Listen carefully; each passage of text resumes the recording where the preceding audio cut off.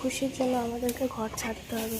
তার কারণ হলো সারা সিঁড়িতে লোম পুরো ভরে গেছে। বাড়িওয়ালা এসে বলে গেছে এরকমভাবে থাকা যাবে না।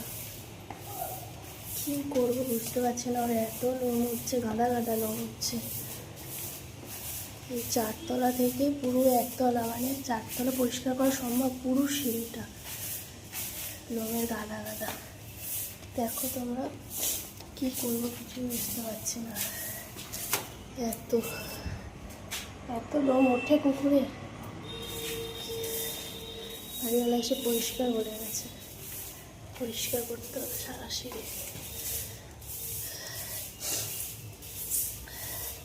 নাহলে এইভাবে থাকা যাবে না। কী করবো কিছুই বুঝতে পারছি না।